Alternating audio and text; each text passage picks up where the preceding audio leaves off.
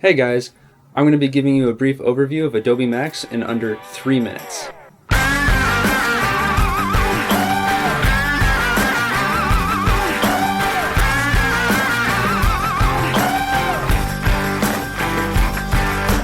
So one of the biggest things at Adobe MAX was VR.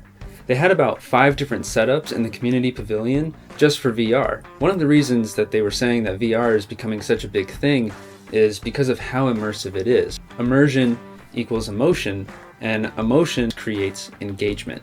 Another piece to that puzzle is that interaction helps a lot. This is why they're pushing graphic designers to learn 3D even though they don't have experience with it, because we're moving in the direction of VR as a major learning tool. Stepping away from VR, let's talk about some of the new tools that Adobe presented. Adobe XD is basically a UI UX design prototyping application. You can create a grid and then just populate it simply by dragging a handle, and then you can grab your assets, literally drag and drop it from a text file right onto the canvas, and everything populates where it needs to be. You can prototype your design on your device in real time so that you can get feedback for what's working and what isn't working, and then you can manipulate your design as needed before you even get into the production process. The next one is Project Felix.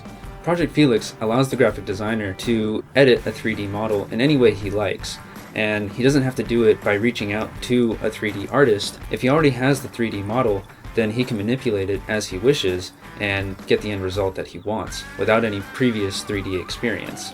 Another thing that was really surprising at Adobe MAX was that they did sneak peeks of new technology that isn't even in beta yet. One of these is called Voco. This is for voiceover work.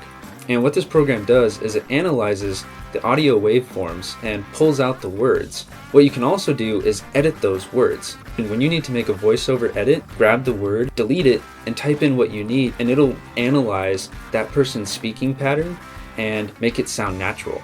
You can also rearrange words or even type full phrases if you have enough audio waveform for the program to analyze.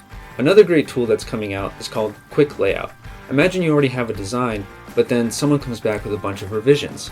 Well, what Quick Layout allows you to do is throw in those revisions, but everything will move and adjust accordingly so that you don't have to do it manually. There's a few other sneak previews, but I'm not going to get into them here. What I am going to do is provide you a link with all of these videos so that you can actually see more in depth how these tools work. I'm also going to be providing you guys with PDFs that I gathered from Adobe MAX. These are basically step-by-step tutorials on how to use some of these programs, and they go over new features for the 2017 release. Alright guys, so that's it for my overview of Adobe MAX. I had a blast.